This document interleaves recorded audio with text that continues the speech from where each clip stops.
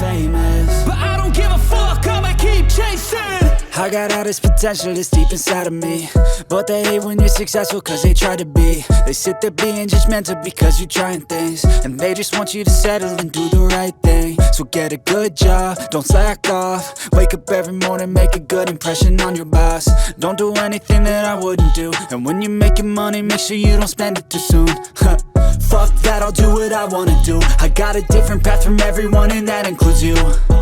Who are you to tell me how to live life? In these times it feels like nobody is right, yeah. So I'ma figure out what else we succeed, and then invest all of my time into that and proceed.